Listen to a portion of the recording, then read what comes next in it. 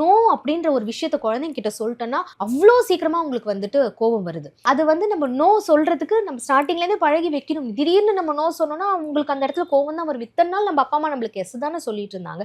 இப்போ ஏன் வந்து கோவம் வருது? And this mood swings as I told you, அந்த ப்ரீடீன்ஸ் அதாவது பியூபர்ட்டிக்கான அந்த ஹார்மோன்ஸ் வந்து ரொம்ப சேஞ்ச் ஆகும்போது அந்த மூட் ஸ்விங்ஸ் நிறையா தான் நடக்குது. அப்போ we need to sit and address. Okay, நீங்க அதை பத்தி பேசுங்களேன். ஒரு ஆங்கரை எப்படி ஹேண்டில் பண்ணணும் அப்படின்ற ஒரு குழந்தைங்களுக்கு வந்து நம்ம சொல்லித்தரணும். ஜேர்னலிங் பண்ணுங்க, புக் ரீடிங் பண்ணுங்க, கொஞ்சம் வெளிக்காத்த வாங்குங்க, ஓகே, அமைதியா உட்காந்து பாரு, இல்ல தூங்கு, இல்ல சாப்பிடு அப்படின்ற வழிகளை பேசும்போது குழந்தைங்க அந்த இடத்துல நீ இதை பண்ணலையே, நீ கோவம் வரும்போது இப்படி தானே செஞ்ச, அதை தானே நானும் செஞ்சேன் அப்படின்ற அந்த ஒரு கான்வர்சேஷன் வரும். அப்போ முதல்ல நம்மளை மாத்திக்கணும்.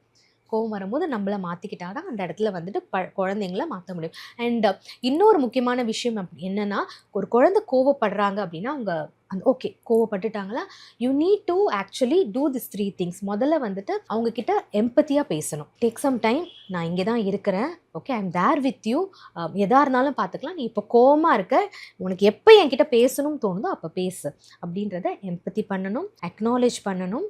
ஓகே, அண்ட் தென் நம்ம அவங்களுக்கு அதை ரிசால்வ் பண்ணுறதுக்கு என்ன பண்ணணுன்ற வழிகளை தான் காமிக்கணும். ரிசால்வ் பண்ணுறதுக்கு நம்ம சொல்யூஷனை கொடுக்கவே முடியாது. ஓகே, இந்த மூணும் நடந்தானா அந்த இடத்துல ஆங்கரை நம்ம இப்படி ஹேண்டில் பண்ணி, anger is also an emotion இல்லை, ரைட்? ஒரு ஹாப்பினஸ், சேட்னஸ், அது எமோஷன் அப்படின்றதே நிறைய குழந்தைங்களுக்கு தெரிய மாட்டேங்குது.